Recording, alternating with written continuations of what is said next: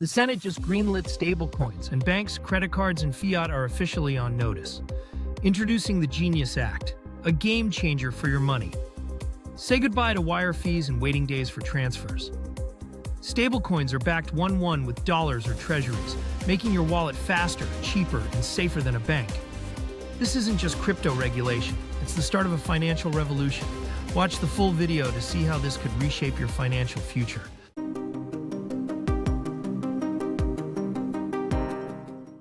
Gary, moving on to thing number 2, we're going to talk about the Genius Act here. We've seen some progress be made for approval. This has to do with stable coins, which I know you'll break down here in a minute. Obviously, huge market opportunity. We're still a little bit uncertain with what all this means. You're going to break that down for us. Thing number 2, Gary, the Senate gives the green light for stable coins. All right, so the Stablecoin Act here, it's referred to as the Genius Act, stands for Guiding and Establishing National Innovation for US Stablecoins Act. Rob, Congress, they come up with worse titles than I give you to read on this show. They have worse titles than I do. All right, so let's just start with the most basic things in the world in this situation. Let's just explain what a stablecoin is. All a stablecoin is a type of cryptocurrency that has its value pegged to another currency or commodity as a form of payment. So in this case, we're talking about dollar-based stablecoins. So let's say, Rob, I say to you, well, here, Rob, you want to do certain things on the blockchain. You want to go pay for things, or you want to sell one cryptocurrency and buy another. Hopefully you're selling a cryptocurrency and buying Bitcoin, right? Instead of having to constantly move your money into dollars, you could just leave your money on the blockchain in another cryptocurrency in the form of a stablecoin, in this case, a dollar-backed stablecoin. Now, the key thing here is we want to have stablecoins that are fully backed by dollars or short-term treasuries. And the reason that matters is the last thing you want is to own a stablecoin that's not fully backed, and all of a sudden, you think you have something that's worth $1, and because there aren't enough dollars to back it, people exchange their stable coins for dollars, and then you're left holding a worthless stable coin. Nobody wants to see that happening. So by giving guidelines and a regulatory framework, it opens up the opportunity for all kinds of financial institutions to issue stablecoins. So, one of the things that can create friction in finance are regulations. And in many ways, we're overregulated. Our corporations, our individuals, we're overregulated, and it's a horrible tax on all of us. But the advantage of regulation is companies can say, hey, Congress, or hey, court where I'm being sued, Congress gave us guidelines. We followed those guidelines. We followed the regulatory framework. Therefore, what we're doing has been blessed by the government, and you can't sue us for it. And it is absolutely crucial if you want to have a financial products and services that are widely accepted. You do need to have a regulatory framework for it if you want to do these things in the United States. Now, in this situation, the dollar-backed stablecoins will either be backed by cash, so every dollar of stablecoin will have $1 being held, or alternatively, short-term treasury bills, in this case, 91 days or shorter. That's to prevent duration risk. And as a reminder, a couple of years ago, we had banks like, help me out, was Silicon Valley Bank, First Republic, a couple of others that failed. And it wasn't that they didn't have treasuries, it's that they had taken duration risk, that basically they had short-term deposits and their assets, those treasuries were long-term, they dropped in market value. Had they been able to hold them to maturity, they would have been okay. In this case, because stable coins are intended to be traded regularly, they need to be liquid and not have duration risk. So that's where we are on this. And, I think having that kind of regulatory framework is fantastic. There are a ton of implications for this, but I'm looking forward to seeing this bill approved. Yeah, so Gary, you're excited about the Genius Acts. I mean, what will be the biggest impact? Let's specifically talk, we mentioned Visa, American Express. You mentioned businesses like the banks. I mean, what's going to be the biggest impact for them with this Genius Act? So there are huge risks to companies like Visa, MasterCard, American Express.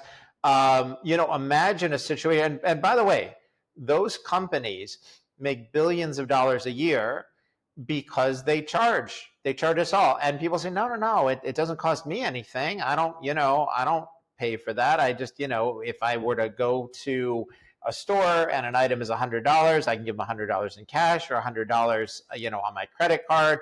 And then the same $100 comes out of my bank account to pay the credit card company. I don't pay anything, but you do. Those stores are charging an extra 2, 3, 4% because they're paying the credit card fees or the swipe fees, right? Just because you don't see it doesn't mean you're not paying it. So there is a huge threat to companies like Visa, MasterCard, American Express, because the stable coins could be used to bypass the credit card fees and debit fees altogether. In addition to that, let's just take a minute and think about how banks make so much money, right? It's not because they do their business for free. They charge you. They give you a small amount of interest, but charge you a huge amount of interest. In addition to that, right, there are all kinds of fees for wire transfers. They charge you to have access to your money. They charge you for checks. They charge you, just all kinds of fees for everything and just transferring your money.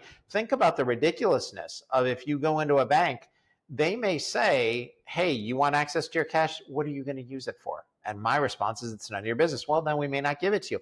I know people who have gone to a bank and said, I would like my cash. And the bank has said, well, what are you going to use it for? And they've told them, and the bank said, no, we don't like that answer. We're not giving you your cash, right? I mean, this is a horrible business model, but in the meantime, the bank is holding on to your money. They're making interest from it.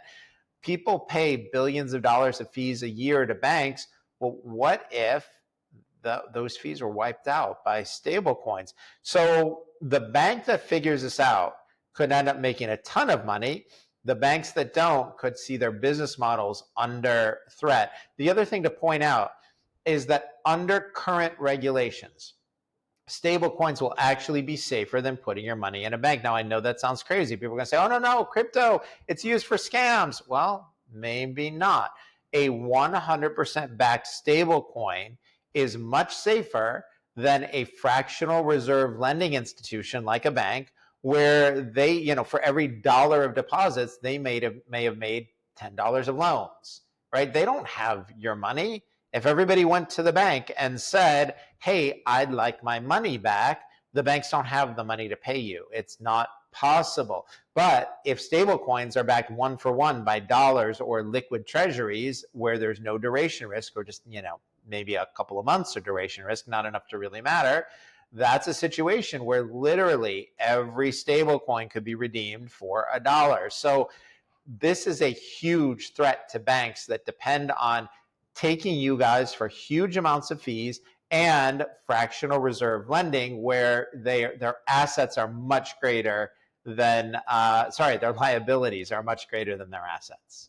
And then, Gary, just for the regular consumer too, it sounds like a lot of net benefits there, just in terms of banks' abilities with the prior scenario, right, to just charge for every possible thing you can imagine, every fee, control over the money. What does this do for the regular consumer? So, Rob, this could be an amazing thing. First of all, for the people watching this now, I want you to think about two things. One, do the banks charge you a lot of money? And just even myself, like I regularly wire money. The banks charge me every time I want to wire money, and also think about the aggravation. Even, I'm trying to transfer money from one account to another, and they say, or wire money, even if I'm paying the fee, they say, well, we'll try to get it done today, but maybe by the close tomorrow. It could take them a day and a half to send my money to me or to you, Rob, or at another institution. In the meantime, while they're doing that, they're holding on to it and collecting interest. So if anybody likes those fees, I'd love to hear from you. I don't know why you would. But there's also friction. Like, raise your hand. Do you like dealing with the banks? Is it fun? Is it easy? Think about the aggravation of setting up accounts and what it may entail to get your money and waiting on hold with these 800 numbers. Imagine what can be done with a stable coin. Imagine a situation where your employer, instead of paying you direct deposit into your bank, they pay you into your stable coin account, and you have that money. And by the way, there are already institutions paying interest on stable coins. You could actually be getting more interest in a stable coin. You could get that interest instantly. And so, Rob, with a stable coin, if you said, hey, Gary, I need you to send me a certain amount of money to cover these fees or, advertising fees, we've just paid for something. Instead of having to do it through a bank, I could send it to you cost-free, no fees, instantly. You'd be able to confirm it while we're on the phone, right? So what it would allow for consumers is a reduction or elimination of fees, receiving higher interest immediately, reduction of all kinds of regulatory and bank rules that make your life miserable. It could make dealing with your finances a lot easier, a lot faster. You'd spend less time with it. Opening accounts would take you less time. There are all kinds of ways that stable coins could, to the benefit of you, right, individuals, completely disrupt the banking and credit card fee-based system. This whole thing, it may take a little while. It may take a few years for this to be sorted out from a legislative point of view and from a market point of view, but it is coming, and it could make your life a whole lot less expensive and easier. Awesome. Love to see that development. We'll keep you in tune with that Genius Act and any progress that gets made there. Again, you're watching this week's version of The 5 Things, the Powered by Nuclear Power issue. We bring you everything you need to know in the financial markets, investing for each and every week. Show drops Tuesdays, 9 a.m. Eastern time, as those markets open up to roll out the week. Gary, moving forward, we're going to talk now solar, wind, and new proposed legislations that rolled out. You're saying DKI subscribers are going to love this from a profit standpoint.